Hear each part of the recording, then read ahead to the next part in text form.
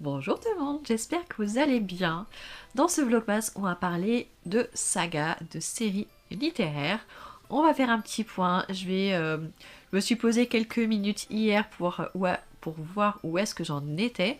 Parce que les sagas, j'en lis quelques-unes, mais pas tant que ça. Je m'attendais à ce qu'il y en ait plus, mais en fait, non, c'est pas quelque chose de très récurrent dans mes lectures. Ce que j'appelle saga, moi, c'est au-delà de 3 tomes.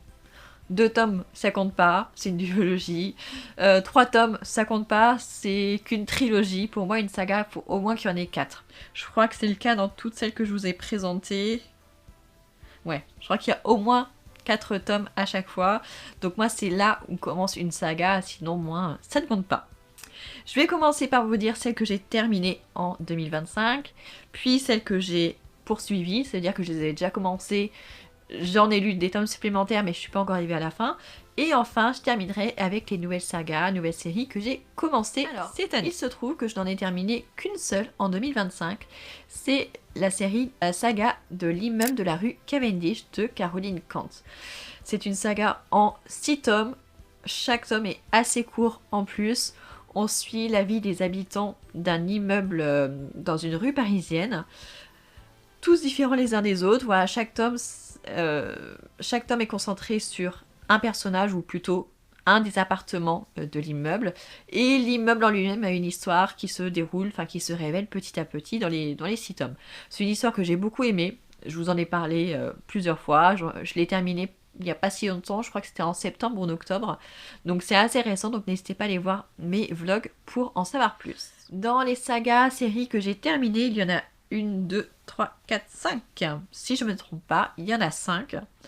La saga Jalna, où j'en ai lu 2 volumes, mais chaque volume contient 2 tomes. Donc j'ai lu les 4 premiers tomes jusque-là, donc les 2 volumes que j'avais dans ma bibliothèque. Il faudrait que je cherche la suite.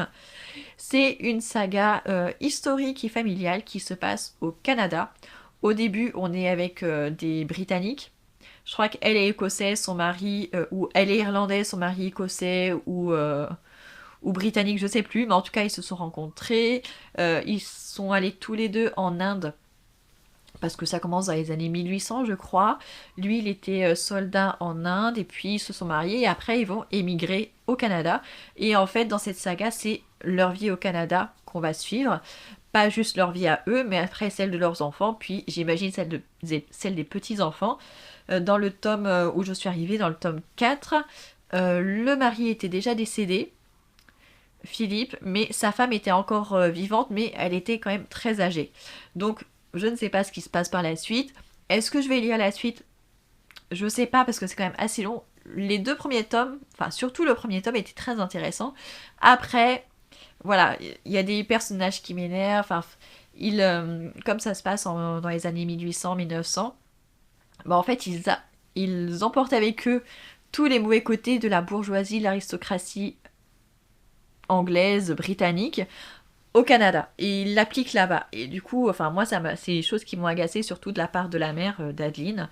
Donc, est-ce que je vais la continuer? Je ne sais pas. Là, spécialement, j'en ai pas spécialement envie de le relire, donc peut-être plus tard, mais pas dans l'immédiat.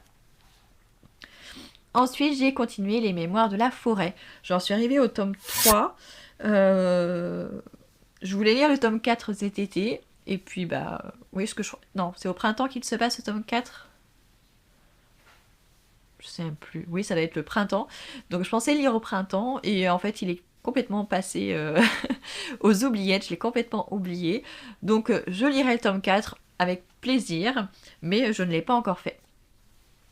Donc, pour ceux qui connaissent pas Les Mémoires de la Forêt, c'est une série jeunesse à partir de 9 ans qui est écrite par Michael Brun-Arnaud. C'est très beau, très jolies illustrations. On est avec des animaux dans la forêt. Le premier tome, c'est autour de Ferdinand Taube, je crois. Il a perdu ses mémoires, il a perdu la mémoire, et en fait, le libraire va l'aider à retrouver ses mémoires écrites. Et dans le second tome, ça se passe autour du renard, du libraire, parce que visiblement la librairie ne lui appartient pas. Il va découvrir ça, et du coup il va mêler le vrai du faux. Et dans le troisième tome, je ne me souviens plus ce qui se passe. Ah si, dans le troisième tome, c'est le neveu du renard. Ses parents ont disparu et donc son oncle va l'aider à les retrouver. C'était très très bien. Les 3 tomes sont vraiment très très bien. On suit vraiment l'histoire, c'est très agréable à lire. Par contre, il y a plein de recettes, il y a plein de trucs qui donnent envie de manger, donc faut prévoir de quoi grignoter à côté. Ensuite, j'ai continué, donc là c'est le tome 2, Le Café du Temps Retrouvé. Je crois que le tome 1 c'est... Mince, je l'ai perdu, je me souviens plus. Le Café du Temps Retrouvé? Non, ça c'est le 2. Tant que le café est encore chaud, voilà. Le tome 1 c'est Tant que le café est encore chaud. Là j'ai lu le 2, je sais qu'il y en a normalement 4, je crois, si je me trompe pas. Donc je lirai la suite, c'est sûr. C'est juste que pour l'instant j'ai pas encore pris le temps, puis j'aime pas trop les enchaîner les uns derrière les autres, parce qu'il y a tellement de choses qui me font envie, j'ai tellement envie de lire plein de choses que j'essaie de varier pour ne pas me retrouver coincée. J'ai l'impression que quand je lis une saga à la suite, je me retrouve prisonnière en fait. Et ça, je n'aime pas du tout. Donc c'est pour ça que j'explore pas mal de genres littéraires. Pas tous, hein, il y a des choses que je ne lis pas. Mais voilà, j'évite... Enfin, j'ai beaucoup de mal à enchaîner plusieurs tomes du même saga. Même s'ils sont courts. Donc là, pour Le Café du Temps Retrouvé, c'est la littérature japonaise. Je crois que c'est chez Nami. Ou Albin Michel, je sais plus. Oui, de toute façon, Nami appartient à Albin Michel. Donc ça se passe dans un petit café, le Funikula, à Tokyo, où il y a une légende qui dirait que pendant qu'on boit un café, on peut revenir dans le passé, on peut voyager dans le temps, un truc comme ça. Et du coup, c'est très intéressant. Moi, j'ai beaucoup aimé les 2 tomes, parce que le 2e tome est différent du 1. On apprend plus de choses sur justement cette légende, on apprend des petites subtilités, et moi j'aime bien, j'aime beaucoup. Franchement, c'est la littérature japonaise que j'aime bien, parce que je n'aime pas tous les livres de littérature japonaise. Ensuite, j'ai lu le tome 2, c'est encore un tome 2, Le Prédicateur. Donc c'est la suite de La Princesse des Glaces, de Camilla Lagerberg. Ouais, je crois que c'est ça. Désolée parce que j'ai pas mon carnet de lecture avec moi, j'essaye de faire 2 têtes, donc désolée si c'est un petit peu flou. Mais pour vous, je vous mettrai les 4e de couverture, hein, je prendrai le temps au montage de faire ça bien. Donc j'ai lu Le Prédicateur, qui est le tome 2, très différent du tome 1. Dans le tome 1, voilà, on recherchait quelque chose. On découvrait les personnages, notamment Erika, le policier. On découvrait la vie autour d'Erika. Erika, elle était journaliste ou écrivaine, quelque chose comme ça, plutôt écrivaine. Et du coup, elle participait à une enquête. Elle était mêlée comme ça de loin, mais elle s'est accrochée, elle s'est un petit peu mêlée de ce qui ne la regardait pas. Et là, en fait, dans le tome 2, Erika est plus effacée parce que elle est enceinte, donc elle est un petit peu voilà. Elle est comment dire, pas monopolisée, mais bon, je trouve plus le mot, comme d'habitude. Neutralisée. Elle est neutralisée à cause de sa grossesse, ça peut pas faire grand chose, mais du coup, le flic Patrick prend beaucoup plus d'importance, et moi j'ai beaucoup aimé ce tome 2, je l'ai trouvé très intéressant, très bien rythmé. Il était parfait, donc bien sûr que je lirai la suite. Ensuite, j'ai continué la saga de la femme de ménage. Je la considère comme une saga, puisque on a quand même 4 tomes, même s'il y en a un qui est tout petit, qui est une nouvelle. Donc, récemment, j'ai lu le tome 2 et le tome 2 et demi. Donc, Les secrets de la femme de ménage, puis La femme de ménage se marie. Donc, il me reste La femme de ménage voit tout. Bien sûr, je le lirai, sans aucun souci. Donc, pour ceux qui ne connaissent pas, on est avec Millie, qui est une jeune femme qui a un passé assez obscur. Enfin, en tout cas, si vous l'avez jamais lu, je vais pas vous dire tout de suite de quoi ça parle. Mais elle va trouver enfin du travail en tant que femme de ménage dans une famille très très riche. Et elle va découvrir des choses. Elle va y être mêlée malgré elle. Et donc voilà. Et après, suite à cette histoire dans ce premier roman, elle va être embauchée dans une deuxième famille, et ainsi de suite. Donc voilà.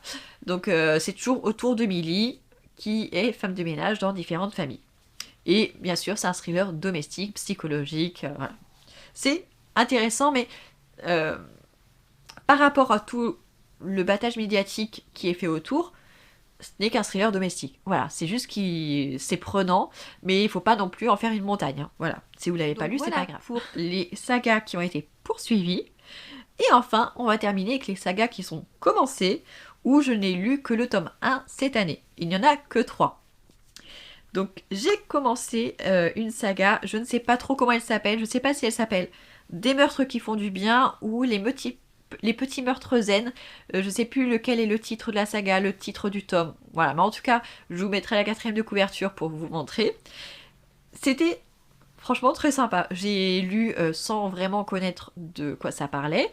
Ça fait un petit peu cozy mystery, mais très drôle. Franchement, j'aime beaucoup l'humour de cet auteur. C'est un auteur allemand, je crois. Et moi, ça a très très bien passé. On est en fait avec un avocat qui n'aime pas du tout la manière dont il travaille. Il voulait faire avocat pour des nobles causes, pour des bonnes raisons. Et en fait, il se retrouve l'avocat d'un mafieux, je crois, et il lui demande de faire des choses, mais il n'en peut plus. Et en fait, en parallèle, il va démarrer une thérapie à la demande de sa femme, une thérapie de pleine conscience. Et en fait, cette thérapie, il va se prendre au jeu et en fait ça va avoir des répercussions sur sa vie parce qu'il va faire des choses qu'il n'aurait pas fait en temps normal, comme tuer des gens, mais de manière très très zen. Et du coup c'est excellent, c'est très drôle, moi j'ai beaucoup aimé, donc je lirai la suite, c'est sûr.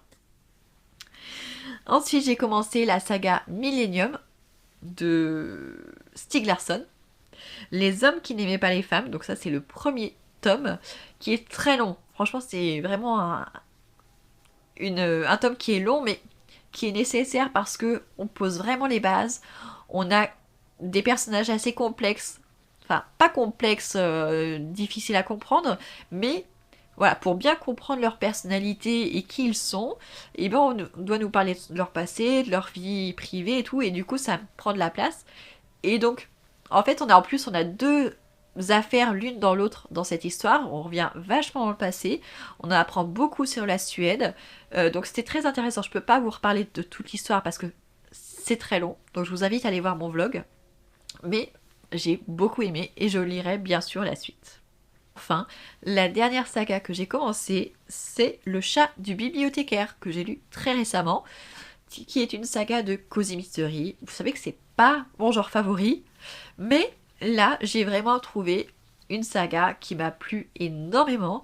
Bien sûr, on a un bibliothécaire, enfin plutôt archiviste en fait, qui est au cœur de l'histoire et il a un chat qui est un Maine Coon, donc un gros chat, qui est très particulier, qui suit son maître partout. Et c'est vraiment excellent. Dans ce premier tome, on suivait l'enquête autour de la mort d'un écrivain que connaissait l'archiviste. Et on va du coup découvrir la ville. Ça se passe à Athéna dans le Missouri ou Mississippi, je ne sais déjà plus. En tout cas, ça se passe aux États-Unis dans une petite ville qui s'appelle Athéna. Et donc dans ce tome, on va découvrir la ville d'Athéna, l'université, donc vraiment l'univers du bibliothécaire archiviste, et aussi son entourage, parce que pour le coup, là dans le premier tome, c'est vraiment lié à son entourage. Donc voilà, on découvre ces petits univers. Donc je pense que dans les tomes suivants, on va retrouver certains personnages, peut-être pas tous, mais moi j'ai beaucoup aimé, et là pareil, c'est l'humour vraiment que j'ai beaucoup apprécié. Il y en avait moins que dans des petits meurtres qui font du bien, mais un peu dans le même style quand même, très sympa. Donc je valide aussi cette saga et bien sûr je lirai la suite aussi. Voilà, donc j'ai terminé mon petit point saga. Je serais intéressée de savoir si on en a en commun. N'hésitez pas à me dire si on en a en commun parce que du coup on pourrait se prévoir des petites lectures communes. Alors, j'aime bien les lectures communes, mais pas trop non plus. Je veux bien en prévoir une par mois par exemple ou deux parce que voilà, j'aime bien faire mes lectures vraiment en étant totalement libre, et dès lors qu'on fait une lecture commune, ça crée quand même des contraintes, même si on se dit non, on le fait sans contrainte, voilà, ça en crée quand même, voilà, inconsciemment, ça fait quand même des contraintes, donc si on fait des lectures communes, je préfère que ce soit juste avec une ou deux personnes maximum, après je trouve que ça fait trop. Donc voilà, mais en tout cas, n'hésitez pas à me dire en commentaire s'il y a des sagas qu'on a en commun, ou si vous avez terminé, que vous me conseillez, ou que vous avez commencé certaines cette année, voilà. Dites-moi tout, question saga dans ce vlogmas, et on se retrouve demain pour une nouvelle vidéo.